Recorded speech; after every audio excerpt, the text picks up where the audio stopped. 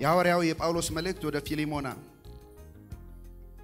ቁጥር 8 ስለዚህ የሚገባውን አዝዘንድ በክርስቶስ ምንም እንኳን ብዙ ድፍረት ቢኖረኝ ይልቁንም እንደዚህ የሆንኩ እኔ ጳውሎስ ሽማግሌው አሁን ደግሞ የኢየሱስ ክርስቶስ እስር የሆኑ ስለ ፍቅር እለምንሃለሁ።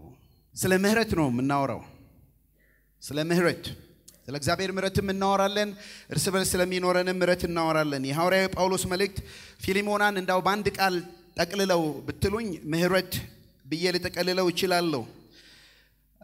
ሶስት ተዋናያን አሉ በዚህ መጽሐፍት ላይ። ዋናው ጻፊ ጳውሎስ አለ። መልእክቱን የሚቀበል ፊሊሞና የሚባል ሰው አለ። መልእክቱ ደግሞ የተጻፈለት ሰው አናሲሞስ የሚባል ሰው አለ። ፊሊሞና በጌታ ወንድም ነው። በቆላስይስ ቤተክርስቲያን የዳነ የሚያገለግል አገልጋይ ነው። በሮም ዘመን ነበረ፣ በመጀመሪያው ክፍለ ዘመን እና ባለጠጋ ነበረ። በዛን ዘመን የባለጠግነት ብዛት ባሪያዎች ይኖሯቸዋል እና ባሪያ ነበረው። የባሪያው ስም አናሲሞስ ይባላል። ከለታት አንድ ቀን ይሄ አናሲሞስ ከፊሊሞና ብዙዎች እንደሚያምኑት ሰርቆ ወይንም ምርበረት ወስዶ ወደ ሮም ሸሸ። ብዙዎች ደግሞ እንዳይታወቁ ትልቅ ከተማ ስለሆነ ከባርነት ሲሸሹ ሮም ነው የሚገኙት። የሆነ ቦታ አንዳንድ አስተማሪዎች እንደሚናገሩ ምናልባትም ታስሮ ጳውሎስ ደግሞ የዚህ መጽሐፍ ጻፊ በጌታ ምክንያት በወንጌል ምክንያት ታስሮ ነበርና በወይኔ ቤት በእስር ቤት ወንጌልን ሰብኮ እንደዳነ ያምናሉ። አንዳንዶችም ደግሞ ፊሊሞና አናሲሞስን እንዳታሰረ ያምናሉ። ብቻ ከጳውሎስ ጋር ተገናኝተው ጳውሎስ ወንጌልን ይሰብከዋል። አናሲሞስ በጌታ ወንድም ይሆናል። ይሄን ያቅ ስለነበረ ጳውሎስ ለፊሊሞና ደብዳቤ ይጽፋል። ቀድሞ ባሪያ የነበረው ወዳጅ ባሪያ የነበረው ባሪያ አሁን በክርስቶስ ኢየሱስ ወዳጅ ሆኗል እና እሱን ተቀበለው ብሎ ይሄንን ደብዳቤ ጽፎ በራሱ በአናሲሞስ እጅ አስይዞ የተላከ ደብዳቤ ነው። ትንሽ ለባክግራውንድ እንዲሆናችሁ እንደማንኛውም ደብዳቤ ሰላምታ አለው። ሶስት ነገር አለው። ከ1 እስከ 3 ሰላምታው ነው። ከ4 እስከ 21 መልእክቱ ነው። ዋና መልእክቱ ነው። እሱ ላይ ነው የምንቆየው። ከዛ ስንብት አለው ከ22 እስከ 25 እና ይሄ ደብዳቤ የመጀመሪያዎቹ 3 ቁጥሮች እንዲህ ይላሉ። ሰላምታ ነው። የክርስቶስ ኢየሱስ እስረኛ ከሆነ አዲሱ ትርጉም ነው ማነበው ከጳውሎስና ከወንድማችን ከጢሞቴዎስ ለውድ ወዳጄና አብሮን ለሚሰራው ለፊሊሞና ለእህታችንም ለፊቢያ አብሮንም ወታደር ለሆነ ለአክርጳ በቤትህም ላለች ቤተክርስቲያን ከእግዚአብሔር ከአባታችን ከጌታም ከኢየሱስ ክርስቶስ ጸጋና ሰላም ለእናንተ ይሁን። ይሄን ደብዳቤ የሚጽፈው ጳውሎስ ነው። እስረኛ ነው። ስለ ወንጌል ነው የታሰረው። ከወንድሞቹ ጋር አድሬስ ያደርጋል እና ለወንድማችን ለፊሊሞና ይለዋል። ይሄ ደብዳቤ ለፊሊሞና ነው የሚጻፈው። ለእህታችን ለፊቢያ ምናልባትም ደግሞ ሚስቱ ልትሆን ትችላለች። አፊቢያ አብሮን ደግሞ ወታደር የሆነ የተባለው አግሪፓ ልጃቸው ሊሆን ይችላሉ። ችግር የለም። ብቻ ለፊሊሞና ለፊቢያ ለአግሪፓ ይሄ ደብዳቤ ይጻፋል። ሲጽፍ እስረኛ የሆንኩት ከኔ ላንተ ለፊሊሞና ለቤተሰብህ ሰላም ይሁን። ደግሞም በቤት ላለች ቤተክርስቲያን በቤቱ ቤተክርስቲያን አለች። የቤተክርስቲያን መሪ ነው እና ጳውሎስ ከሮም ይሄን ደብዳቤ ይጽፍለታል። ጸጋ ካንተ ጋር ይሁን፣ ሰላም ካንተ ጋር ይሁን ካለ በኋላ እንግዲህ ከሰላምታዬ በመቀጠል ማሳሰብ ጉዳይ ነው። ዋናውን ጉዳይ ሊነግረው ነው። ይሄን ደብዳቤ ግን በጣም የሚገርመው ይዞ የሚመጣው ይሄ ከሱ ጋር የተጣላ ሰው ነው። ምን እንደሚገምት መገመት ያስቸግራል። በኋላ አብረን እናየዋለን። ከመልእክቱ 4 ነገሮችን አግኝቻለሁ። ዋና ነገሩን ከ4 ቁጥር እስከ 21 ባሉት ቁጥሮች የምህረት ሰው ምን ይመስላል? ምህረትን የሚለማመድ ሰው 4 ባህሪያት እናያለን። 4 ባህሪያት። ይሄንን ባህሪ ብናጠና ከመልእክቱ በኋላም እነዚህ ነገሮች አሉኝ ወይ ምናልባትም ደግሞ የምህረት ሰው ብንሆን ምናተርፈውን ትርፍ የምህረት ሰው ብንሆን ምናገኘውን የምህረት ሰው ብንሆን ምን ታደገውን ነገር አብሮ ያሳየናል ይሄ መጽሐፍ። የምህረት ሰው 4 ባህሪያት። የመጀመሪያው ከዚህ ልጀምር ከናንተ። የምህረት ሰው የቅዱሳንን ልብ ያሳርፋል። የምህረት ሰው የሚምር ሰው የቅዱሳንን ልብ ያሳርፋል። ከ4 እስከ 7 እናንብበው። አንተ በጸሎቴ በማሰብህ ጊዜ ዘወትር አምላኬን አመሰግናለሁ ፊሊሞና ምክንያቱም በጌታ በኢየሱስ ያለህን እምነትና ለቅዱሳን ሁሉ ያለህን ፍቅር ሰምቻለሁ በክርስቶስ ስላለን መልካም ነገር ሁሉ በሚገባ ትረዳ ዘንድ እምነትህን ለሌሎች በማካፈል እንድትተጋ እጸልያለሁ ቁጥር 7 ወንድሜ ሆይ የቅዱሳንን ልብ ስላሳረፍህ ከፍቅር ታላቅ ደስታና መጽናናት አግኝቻለሁ ፊሊሞና የቅዱሳን ልብ ባንተ አርፏል ዋው አስገራሚ ባህሪ ነው በየቤተክርስቲያኑ በመነየድበት ቦታ እንደዚህ አይነት ሰዎች አሉ እንደ ፊሊሞና ያሉ ሰዎች የቅዱሳንን ልብ የሚያሳርፉ የመሪዎችን ልብ የሚያሳርፉ የፓስተሮችን ልብ የሚያሳርፉ የአገልጋዮችን ልብ የሚያሳርፉ እንዳውም የህዝብ ልብ የኔሽን ልብ የሚያሳርፉ ቅዱሳን አሉ በፊሊሞና መንፈስ የተሞሉና ጳውሎስ ደብዳቤ ሲጽፍለት ሰምቻለሁ ሁለት ነገር ለቅዱሳን ስላለ ፍቅር ሰምቻለሁ እስር ቤቴ ድረስ ደርሷል እሱም ብቻ አይደለም በእግዚአብሔር ላይ ደግሞ ስላለ እምነት ሰምቻለሁ ከእግዚአብሔር ጋር በልጁ በኢየሱስ ክርስቶስ ያለው እምነት ወደዚህ ወደ አግድሞሽ ደግሞ ለቅዱሳን ያለው ፍቅር ምን አይን ባህሪ ነው ይሄን ሰምቻለሁ ታውቃላችሁ የምረሰው ስንሆን የቅዱሳን ልብ እናሳርፋለን በኋላ እንመጣለን የምረሰው ለምንድን ነው ይሄን ሰው ያልነው ጳውሎስም የሚጠይቀው ጥያቄ ስለሆነ ነው በርግጥም ምህረትን የለመድን የቀመስን እግዚአብሔር ምን ያህል እንደማረን ካወቅን እኛም የምንርና የምንራራ ነው ከዚህ የተነሳ ደግሞ የቅዱሳን ልብ በእኛ ላይ ያርፋል ክብር ለእግዚአብሔር ይሁን የምህረት ሰው የቅዱሳን ልብ ያሳርፋል ሁለተኛው የምህረት ሰው የሚጎዳን ሰው የሚጠቅም ያደርጋል የሚጎዳን ሰው የሚደግፍ የሚጠቅም ያደርጋል ከ8 እስከ 13 እዩ እናንብበው ስለዚህ ማድረግ የሚገባህን እንድታደርግ አዘዘንድ በክርስቶስ ድፍረት ቢኖርኝም በፍቅር ለምንሃለሁ እንግዲህ ሽማግሌና አሁን ደግሞ የክርስቶስ ኢየሱስ እስረኛ ሆንኩ እኔ ጳውሎስ በስር ያለው ስለ ወለድኩት ልጄ ስለ አናሲሞስ እለምንሃለሁ አስቀድሞ የሚጠቅምህ አልነበረም አሁን ግን ላንተም ሆነ ለኔ የሚጠቅም ሰው ሆኗል ቁጥር 12 የልቤ ሰው የሆነውን እሱ መልሼ ወደ አንተ ልከዋለሁ ስለ ወንጌል በታሰርኩበት ጊዜ በአንተ ፈንታ ሆኖ እንዲያገለግለኝ ለራሴ ላስቀረው ነበር በጣም የታጨቀ ዕውቀት ነው ቤታችሁ ገብታችሁ ብታነቡ ደስ ይለኛል አናሲሞስ አሁን ከሰላምታ የቀጠየ ማሳስብህ ነገር አንድ ጉዳይ አለ አሁን መጀመሪያ ምን ብሎታል የቅዱሳን ልብ ባንተ አርፏል ብሎታል አሁን ወረድ ብሎ የኔንም ልብ አሳርፍልኝ ነው የኔ ልብ ደግሞ የሚያርፈው በእስራቴ የወለድኩት ልጄ አለ ወንጌልን የሰበኩለት ይሄ ልጅ ወንጀለኛ ነው በመንግስትም ደረጃ በህግም ደረጃ ተጠያቂ ነው ደግሞ ከሁሉም በላይ በእግዚአብሔርም ፊት ተጠያቂ ነው በድሏል አጥፍቷል ግን ፊሊሞና አንተ ፍቅር ሰው አይደለ የምሕረት ሰው አይደለ በምሕረት ሰው ሁሉ አገር ሁሉ አውቆ የለም አሁንም ባክ የኔ ልብ አሳርፍልኝ እኔማ እንዳዋሪያ ላዝህ ይችል ነበር ተቀበለው ብዬ ልጽፍልህ ይችል ነበር ግን ይሄንን ማድረግ አልፈለኩም እለምንሃለሁ በጌታ የወለድኩት ልጄ ነው ነው መሰው አንተ መስራው ነው ይሰራልኝ ለኔ በእስር ቤት ሆኜ አንተ በጌታ ወንድም እንደመሆን ኃላፊነት አለብህ መሪ እንደሆንክ እኔ በመከራው ስለጠይቀኝ ኃላፊነት አለብህ ግን ያንተን ቦታ እሱ ሆኖ ነው ተክቶ እኔን ሲያገለግለኝ የነበረው የልቤ ሰው የሆነውን እሱ መልሼ የልቤ ሰው ይላል አናሲሞስ አይደል የሚገርም ነው በመከራው የወለደው ሰው ስለሆነ ነው አስቀድሞ ቁጥር 11 የሚጠቅምህ አልነበረም በነገራችን ላይ አናሲሞስ ማለት ስሙ ትርጉም የሚጠቅም ማለት ነው ጠቃሚ ማለት ነው እና ከዚህ በፊት አናሲሞስ እንደ ስሙ አልኖረም አሁን ግን ጌታ ካገኘው ወዲህ የስሙን ትርጉም አግኝቷል የሚጠቅም ሰው ሆኗል ለሱ ብቻ ሳይሆን ለኛም አይደለም ከናንተ አንዳንዶቻችሁ እንዲነበራችሁ አንድ አባት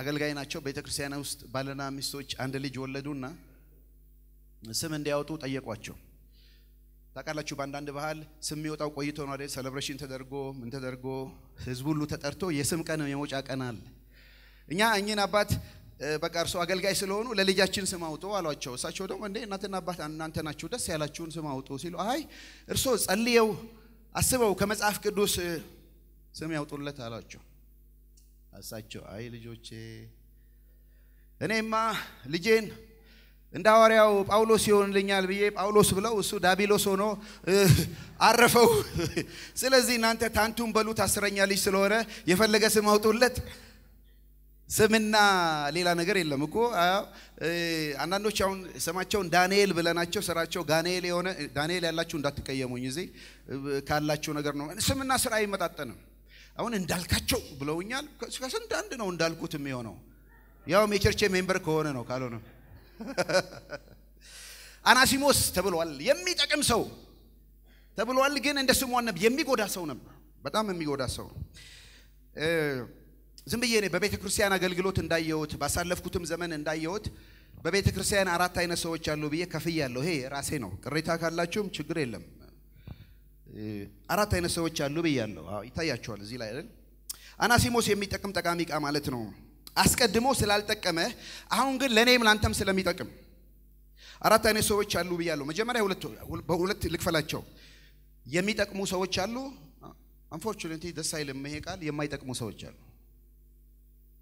አሳዛኝ ነገር ኦኬ ሁለቱ ደግሞ የሚጎዱ ሰዎች አሉ የማይጎዱ አሉ የሚጎዱ ሰዎች አሉ እና እነዚህን አዛርፊያቸው ነው አሁን አራት አይነት ሰው ያወጣው መጀመሪያ በቀይ ያየው በቀይ ታይቻው አደገኛ የሆኑ ሰዎች ናቸው እነዚህ በቤተ ክርስቲያን ውስጥ በህብረተሰቡ ውስጥ በማህበረሰቡ ውስጥም አስቸጋሪ የሆኑ ሰዎች ናቸው እነዚህ የማይጠቅሙ ይልቁንም የሚጎዱ ሰዎች ናቸው እኔ አይጠቅሜ ይጎዴ ብያቸዋለሁ ማይጠቅሙ ይልቁንም የሚጎዱ ሰዎች አደገኛ የሆኑ ሰዎች ናቸው በየዘመናቱ ለአገልጋዮች ለመሪዎች ለረኞች ለመጋቢዎች በአገርም ደረጃ ያሉ ሰዎች በጣም አደገኛ የሆኑ ሰዎች አሉ ሬድ ዞን ውስጥ ያሉት ሁለተኛ የሚጠቅሙ ግን የሚጎዱ ናቸው በጣም ነው የሚጠቅሟችሁ ስትፈልጓችሁ ይደርሱላችኋል ሲጠቅሙም እንደሱ ሲጎዱም እንደሱ ናቸው ደግሞ የሚጠቅሙ የሚጎዱ ግን የሚጎዱና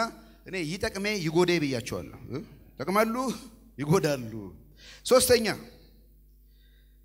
የማይጠቅሙ ይልቁንም የማይጎዱ አይጠቅሜ አይጎዴ ብያቸዋለሁ እንደ አይነት ሰዎች ቸርች በጣም ብዙ አሉ ይመጣሉ እናንተንም አይነኳችሁም አይጠቅሟችሁም አገልግሉ ስትላችሁ አያገለግሉም መተው ደግሞ አይጎዳችሁም ሌላ ነገር ውስጥ አይገቡም አይደለም አይጠቅሙም ምን አይጎዱም ከቀዮቹ ይሻላሉ መቼስ አይደለም እኔ በሰላም ነው ምኖረው ለሆነ ነገር ሲባል በጣም ልቤ የሚያርፍባቸው አይ ቲንክ ፊልሞናም የሆነው ለጳውሎስ የሚጠቅሙና የማይጎዱ ሰዎች አሉ አረንጓዴ ላይ ያሉ አይደለም ይጠቅሜ አይጎዴ ይሆኑ የነዚህ ሰዎች መብዛት ነው በቤተ ክርስቲያን ውስጥ ፍሬያማም ይሆነው በእነዚህ ሰዎች መከበብ ነው በሊደርሺፕም እንኳን ውጤትነት የሚያመጣው ማለት ነው እነ አይነት ሰዎች ጥቂት ናቸው ግን ፍሬያቸው ብዙ ነው ክብር ለእግዚአብሔር ይሁን አሁን ይሄ ወንጌል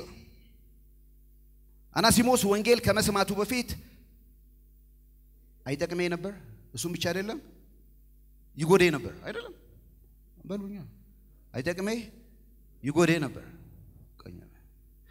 ወንጌል ከሰማ ወራ ምን ሆነ የሚጠቅም የማይጎዳ ሆነ ወንጌል እኮ እኔ አሳውሳለሁ ስናገር አንድ ጓደኛ ያለ ወደ ጌታ ስለመምጣታችን ስናወራ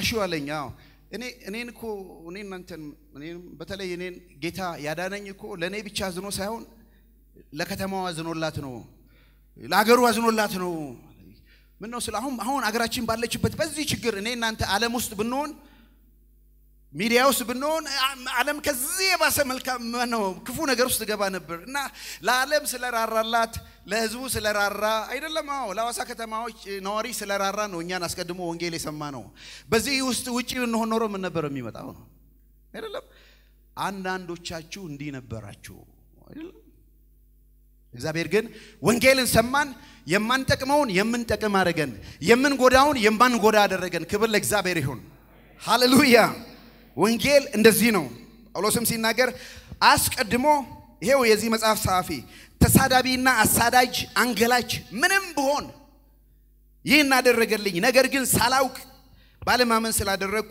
ምህረትን አገኘው አንደኛ ቆሮንቶስ ላይ ከናንተ አንዳንዶቻችሁ እንዲነበራችሁ አመንዝራ ነበራችሁ ወንድቃ ነበራችሁ ተሳዳቢዎች ነበራችሁ ሰካራም ነበራችሁ ዝሙት አዳሪያ ነበራችሁ ነገር ግን አሁን ግን በክርስቶስ ኢየሱስ ጸድቃችኋል ድናችኋል ሃሌሉያ ተለውጣችኋል ይላል የእግዚአብሔር ቃል ይሄ የኔ ታሪክ ነው የያንዳንዳችን ታሪክ ነው ወንጌል ይለውጣል የሚጎዳውን ሰው የሚጠቅም ያረጋል ሃሌሉያ ክብር ለእግዚአብሔር ይሁን የምረሰው ሶስተኛ ባህሪው የምረሰው ክፉ ጠላትን መልካም ወዳጅ ያደርጋል ከ14 እስከ 16 የምረሰው ክፉ ጠላትን መልካም ወዳጅ ያደርጋል ቁጥር 14 ነገር ግን አንተ የምታደርገውን መልካም ነገር ሁሉ በውዴታ እንጂ በግዴታ እንዳይሆን ሰላም ማክርህ ምንም ማድረግ አልፈልግም ምናልባት ለጥቂት ጊዜ ካንተ የተለየው ተቀብለህ ለዘለቄታው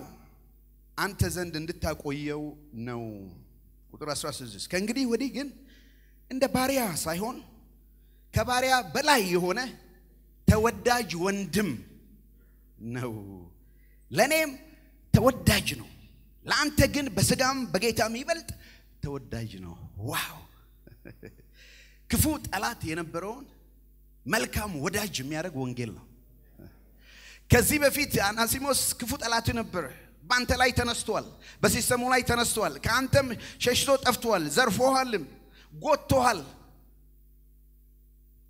አሁን ግን ሚጠቅም ወንድም ነው ለምን በጌታ በኢየሱስ ክርስቶስ ድኗል አሁን ሲመጣ እንደ ድሮ እንደ ባሪያ እንድታየው አይደለም ያንተም አባት ልጅ ሆኗል እሱ አባታችን ነው እኛ ልጆቹ ነን አሁን ምትተዋወቁት በሮማን ሲስተም ሳይሆን አንተ ጌታ እሱ ባሪያ ሆኖ ሳይሆን በእግዚአብሔር ኪንግደም ሲስተም ነው ሁለታችሁም ወንድም ናችሁ አንድ አባት አላችሁ ሃሌሉያ ይሄ ወንጌል ነው ወንጌል ክፉን ጠላት መልካም ወዳጅ ያደርጋል ስለዚህ አናሲሞስን እንደ ባሪያ ሳይሆን እንደ ወንድም ተቀበለው ወንድም ወንድም ወንድም ወንድም ወገኖች ሆይ ይሄ ቤተሰባዊነት የተገኘው በክርስቶስ ኢየሱስ በታላቅ ወንድማችን የመስቀል ላይ ሞት ነው እሱ አንድ ቤተሰብ አንድ ፋሚሊ ያድርጎናል ክብር ለእግዚአብሔር ይሁን አሜን ወንጌል የታለ ብትሉኝ ወንጌል ተኮር ትምርቱ ምንድነው ወተት የታለ ብትሉኝ እንዲህ ነው ምለው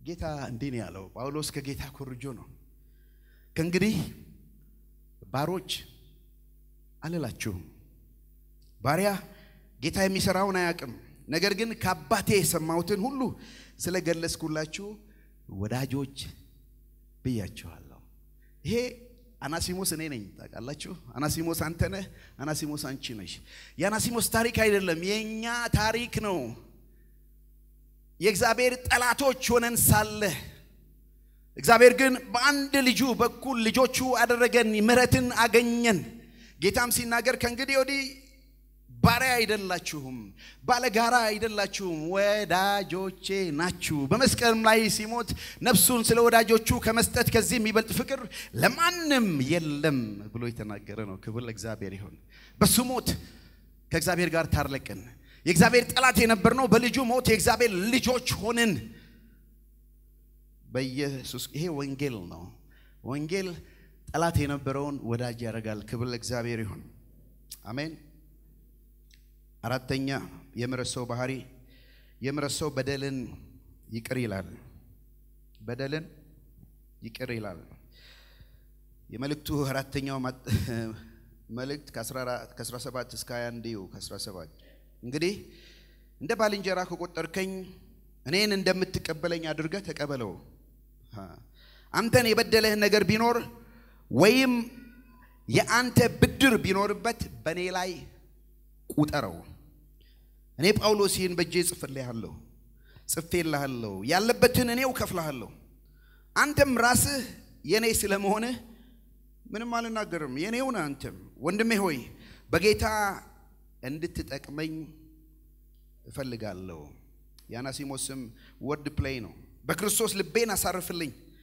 ታዛዥ መሆንን በመተማመን ከምጠይቅም በላይ እንደምታደርግ በማወቅ እጽፍልሃለሁ ይሄን ሲሰማ ሲያነብ ፊሊሞና ምን ሊል ይችላል ከዚህ በላይ መጀመሪያ የቅዱሳን ልብ አሳርፈሃል አሁንም የኔ ልብ አሳርፍልኝ ይሄን ሰው ተቀበለው ምናልባትም ዝም ብዬ ባይነ ህሊና ይስስረው አናሲሞስ ይሄን ደብዳቤ አምጥቶ ሲሰጠው ምናልባት ካላወቀ እንደሚመጣ ኢንፎርሜሽን ከሌለው የጠፋ ባሪያ ነው ብዙ ያረጋው ባሪያ ነው ምን አይነት ድፍረት ቢኖረው ነው ተመልሶ ወደ ጌታው ጋር የሚመጣውና ገና እንደመጣህ ነው ዝም ብዬ ሳስበው ፊቱ ሁሉ ሲነድ ይሄን አውጥቶ ሐዋርያው ጳውሎስ ነው ይሄን ይሰጠኝ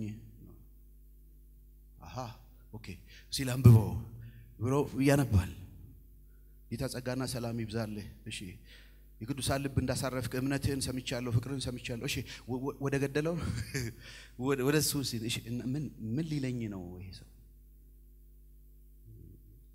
እና እንደኔ አርገህ ተቀበለው እንደ ባሪያ ሳይሆን እንደ ወንድም እንዲህ ያነበበ ፊቱን ያየ ይሄንን ሰው ብዙ መከራና በደል ያደረሰበትን ሰው ተዚላቸዋል የጠፋው ልጅ ያባቱን ድርሻ እንኳን ወስዶ በሩቅ አገር ካጠፋ በኋላ ወደ ልቡ ሲመለስ እንዴ ነው ያለው ወደ አባቴ ቤት ሄዳለሁ በአባቴ ቤት ብዙ ይተረፋቸዋልና ሲሄድ አባቴ ወይ እንደ ልጅ ሳይሆን እንደ ባሪያ ተቀበለኝ እለዋለሁ ብሎ ነው ሄደው እኔ እንደማምነው ይሄን ስቴትመንት አባቱ በሩቅ ሲያየ ሮጦ ሄዶ አቀፈው አብዬ በድዬ ነበር እንዴ ኖ ምንም ነገር አይስፈልግም ሞተ ነበር ተገኝታል ጠፍተ ነበር አሁን መጣል ሞተ ነበር ይወት የሰማውም አይመስለኝም ሪየርስም ሲያረጋና ያው ለፊሊሞና ቢገዳደረውም የጳውሎስ ነገር እንዴ እሱኮ የምሕረት ልጅ ነው ምሕረት የወለደው ልጅ ነው ከእግዚአብሔር ምሕረት የተገኘ ሰው ነው ጳውሎስ የሚገባዋል ከኃጢአተኞች ዋና ነኝ እግዚአብሔር ግን ጸጋውን ብርታት ያሳይ ዘንድ የጸጋውን ትልቅነት ያሳይ ዘንድ ሃሌሉያ በኤፌሶንም ላይ በጻፈው መጽሐፍ እናንተ ከተፈጥሮ የቁጣ ልጅ ነበራችሁ ያመጽ ልጅ ነበራ የዳቢሎስ ልጆች ነበራችሁ አመፀኞች ነበራችሁ በዚህ ዓለምም ተስፋታችሁ ከክርስቶስ ወንጌል ርቃችሁ ነበር ነገር ግን እግዚአብሔር በምሕረቱ ባለጠጋ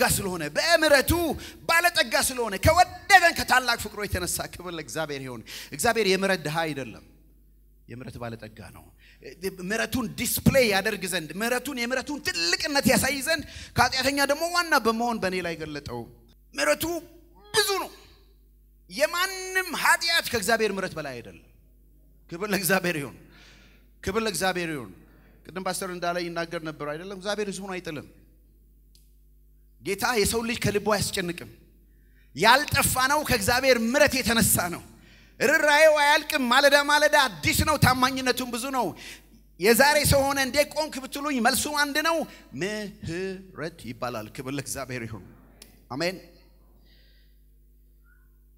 አንድ የሚናገረው ቃል አለ አንተን የበደለ ነገር ቢኖር በኔ ላይ ቁጠረው የተቆጠረ በደል ጳውሎስ እዚህ ላይ እንደ ክርስቶስ ኢየሱስ በደል አለው አዎ አጥፍቷል እኔ ላይ ቁጠረው እኔ ጳውሎስ ስለሱ ከፍለዋለሁ ክርስቶስ ኢየሱስ እኔና እናንተን በደል ይዞ ነው ጳውሎስን ምን የራይ ሰው አረገው ብዬ ሳስብ ሐዋርያ ሥራ ምዕራፍ 7 ላይ ስትሄዱ መጀመሪያው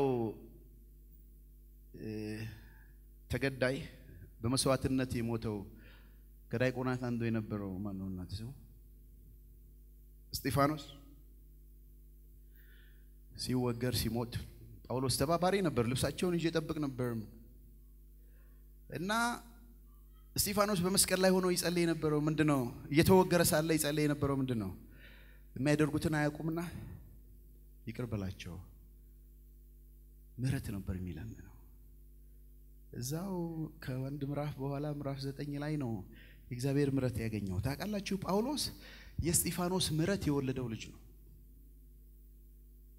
ስለዚህ አሁን እሱም ደግሞ በዚህ ምሕረቱ ብዙዎችን ወለደ ከማንም በላይ ስለ እግዚአብሔር ምሕረት የተናገረው ጻፊ ጳውሎስ ነው በኔ ላይ ቁጠረው በዚህ ቃል ነው በኋላ ምን ተቀልለው ስለዚህ የምሕረት ሰው አራት ባህሪያት የምሕረት ሰው የቅዱሳን ልብ ያሳርፋል የሚገዳውን ሰው የሚጠቅም ሰው ያረጋል ክፉ ጠላትን መልካም ወዳጅ ያረጋል አራተኛ በደልን ስለ ፍቅር ይቅር ይላል አቤት ብንምር ዛሬ በዓለም ያሉ ሰዎች ቤተክርስቲያን እንደኛ ምሕረትን ብንለማመድ እነ ሳውል ውጪ ናቸው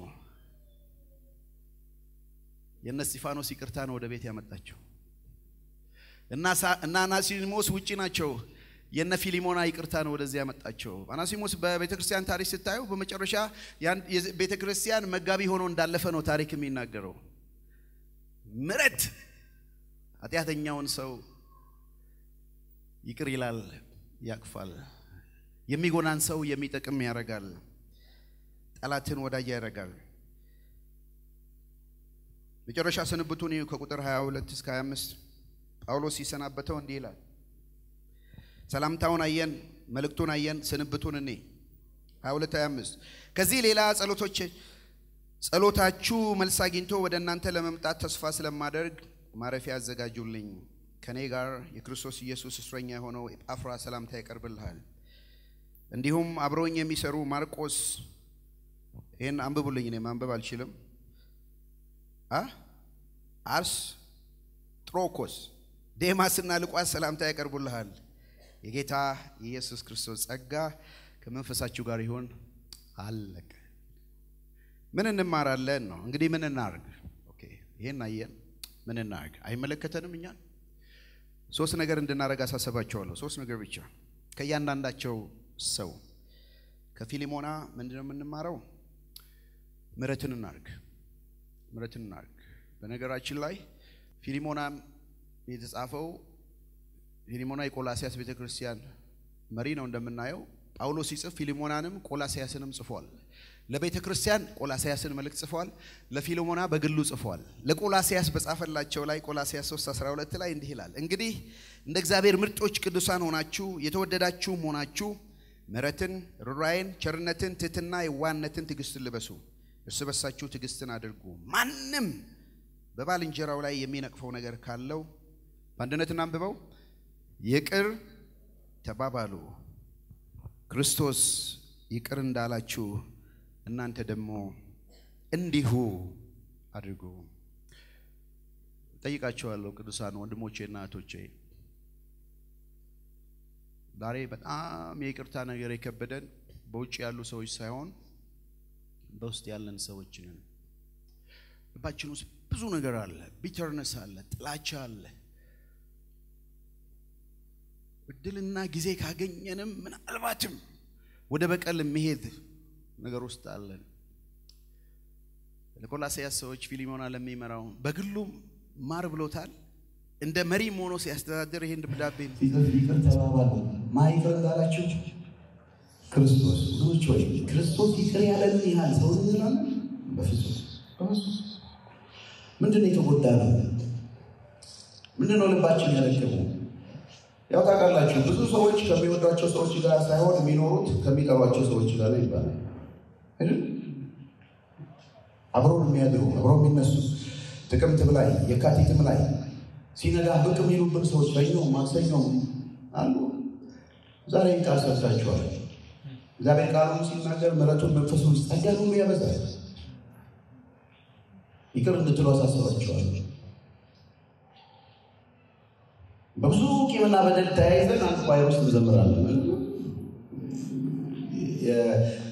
ቦርድ ኦፍ ሊደርስ ውስጥ እናገለግላለን። በአገልግሎት ውስጥ እናገለግላለን። ውስጣችን በብዙ ነገር ውስጥ ቢሾፕ ዴዝሞንድ ቱ አይደለም አንፎርጊቭነስ የሚል መጽሐፍ ጽፈዋልና እሱ ላይ በጣም ጽፈዋል። አይ ቲንክ ፕሬዚዳንቱ በዛ የነበረው ተናግረዋል። ቂም፣ ጥላቻ ወይንም ይቅር አለ ማለት አንፎርጊቭነስ ምንድነው ብሎ ሲናገሩ አንድ መርዝ እኛ እየጠጣን ጠላታችን እንዲሞት መጠበቅ ነው ብሎ የምንጠጣው እኛ ነን፣ እንዲሞት የምንጠብቀው እሱ ራሳችንን ነው የምንደለው። እኔ ስለነሱ ሰዎች ስለበደሏችሁ ብላችሁ አይደለም፣ እንዳው እግዚአብሔር ልብ ከሰጠ ስለራሳችሁ ብላችሁ ይቅር በሉ። በብዙ ጤና መቃወስ ውስጥ እንኳን ያለን ከይቅርታ ማነስ ነው። እና ምሕረት እናድርግ። ምን ያህል እግዚአብሔር ምሕረት እንዳደረገልን ያህል ምን ያህል አደረገልን ጠየቀ ነው። በየጊዜው እግዚአብሔር ምሕረት አድርጎልናል። ከፊሊሞና ሕይወት የምንማረው ይሄ ነው። እንግዲህ ምን እናድርግ? ለእያንዳንዱ ሰጠው ነው። እንግዲህ ምን እናድርግ? ምሕረትን እናድርግ በሉኝና እናንተ የምሕረት ሰዎች እግዚአብሔር ያርጋችሁ። ከፊሊሞና ከአናሲሞስ ሕይወት ምን እናድርግ? ይቅርታ እንጠይቅ። የበደሉንን ለየስ ምናልባት በብዙ ነገር ውስጥ ያለፈ ነው ይሄ ሰው ደብዳቤ ይዞ ሲሄድ ፊሊሞና ፊት መቆም እንኳን አልቻለም ግን ወንጌል ገባው ወንጌል ሲገባው መመለስ ነበረበት በቃ ለእግዚአብሔር ሕይወቱን ሰጥቶ የሰውዬ የሚፈልገውን ያድርገው መጥቶ መውደቅ ነበረበት ይቅርታ መጠየቅ ነበረበት በእግዚአብሔር ፊት እንደጠየቀ በዚህ ሰው ፊት ለዚህ ለቆላስይስ ሰው ሲጽፍ ጳውሎስ የሰረቀ ከእንግዲህ ወዲህ አይስረቅ ነገር ግን በዚያ ፈንታ የጎደለውን የሚያካፍለው እንዲኖርለት በገዛ እጆቹ መልካም እየሰራ ይድከም እርስ በርሳችሁ ቸሮችና ሩሮች ሁኑ እግዚአብሔር ደግሞ በክርስቶስ ይቅር እንዳላችሁ እናንተም ይቅር ተባባሉ የሰረቀ ከእንግዲህ ወዲህ አይስረቅ አሁን ሊሰራ ነው ሊያግዝ ነው ይቅርታን መጠየቅ ወመንቾች ይቅርታን ጠይቅ እንጠይቅ ይቅርታ ትልቅነት ትንሽ ምን አይደለም ይቅርታ መጠየቅ ምክንያቱም አንስ እንዲህ በቃ ወንድማችን ተጎድቷል እህታችን ተጎድታለች አዝናለች በእግዚአብሔር ፊትም ልቧ ተሰብሯል በእግዚአብሔር ፊት ልቡ ተሰብሯል ምናልባትም አውቀን ላይሆን ይችላል የሰራነው ከደጎዱ ይቅርታ መጠየቅ ችግር አለ ይቅርታ መጠየቅ የትንሽነት ባህሪ አይደለም ከናሲሞስ ይሆን ይቅርታ ሲጠይቅ ማንጠቅመው የምንጠቅም እንሆናለን የምንጎዳው ጥሩ ወዳጅ እንሆናለን ክብር ለእግዚአብሔር ይሁን ከጳውሎስ ይወጥ ሶስተኛ የተጣሉትን እናስታርቅ አይደል ምሕረት እናድርግ ወደ ይቅርታ ጠይቅ የተጣሉትን እናስታርቅ የሚመሩ ብፁዓን ናቸው ጌታ ነው ያለው ይማራሉና የሚያስተራርቁ ብፁዓን ናቸው እግዚአብሔር ልጆች የእግዚአብሔር ልጆች ባህሪያ ማስታረቃችን ስናስታርቅ የእግዚአብሔር ልጆች እንባላለን እርስ በርሳችን እንታረቅ ስለሆነ ጳውሎስ በይቅርታ የተወለደ ልጅ ስለሆነ እናስታርቅ ዛሬ በብዙ ነገር ውስጥ የተጣሉ ሰዎችን እናውቃለን ከእግዚአብሔር ዘንድ ጥበብና ምሕረትን አይተን ጳውሎስ በዓይነ ሕሊና ሲስለው ይኸው አናሲሞስን በቀኝ እጁ ይዞ ፊሌሞናን በግራ እጁ ይዞ ታረቁ ከዚህ በፊት ጠላት ነበራቸው አንተም አጠቅም ነበር አሁን በጌታ ወንድም ናቸው የአንድ አባት ልጆች ናቸው ለአንድ ዓላማ የተጠራቸው ናቸው አማሳዛኝ ነው በባልና በሚስት መካከል ዛሬ በአብዛኛው ይገርማችሁ በአብዛኛው ስለ ይቅርታ ስታየው በብዙ ቂምና በደል ውስጥ ያሉ የውጭ ሰዎች ምናምን አይደለም በጣም የቀረቡን ነው አይደል በጣም የቀረቡን ለወንድም እንደ እህት ባል ሚስት የሆኑትን ብዙ ሚስቶች በባሎቻቸው ላይ ነገር አላቸው ብዙ ባሎች በሚስቶቻቸው ላይ ነገር አላቸው አብረውን በሚወዱን በአንድ ወቅት አብረን ለደረሱልን ለጸለዩልን ወይንም ደግሞ ላገዙን ሰዎች በጣም ሊጎዳ ምንጎዳው በጣም የቀረናቸው ሰዎች ናቸው ይከብዳል ግን ከእግዚአብሔር ምሕረት በላይ ከእግዚአብሔር ጸጋ በላይ አይደለም ክብር ለእግዚአብሔር ወንጌል የታለ ብትሉኝ እዚህ ውስጥ ወንጌል የታለ እኔ አምናለሁ መጽሐፍት ሁሉ ስለኔ ይመሰክራሉ ስላለ በእርግጥ ጳውሎስ ከጻፋቸው መጽሐፍ ፊሊሞና ላይ ብቻ ነው ስለ ኢየሱስ ክርስቶስ ሞትና ወይ ትንሣኤ በመስቀሉ ስለ ደሙ ያላወራው ግን የለም እዚህ መጽሐፍ ውስጥ ክርስቶስ አለ መጽሐፍት ሁሉ ስለሱ ይናገራሉ ጳውሎስ ኢየሱስ ክርስቶስ ምሳሌ ሆኖ ይማልድ የነበረው ሉቃስ 23:33 ቀራንዮ ወደሚባል ስፍራ በደረሱ ጊዜ በዚያም እሱ ክፉ አድራጊዎችን አንዱን በቀኝ ሁለተኛውን በግራ ሰቀሉ ኢየሱስም አባት ሆይ የማያደርጉትን አያውቁምና ይቅር በላቸው አለ በእርግጥም አባቱ ሰማው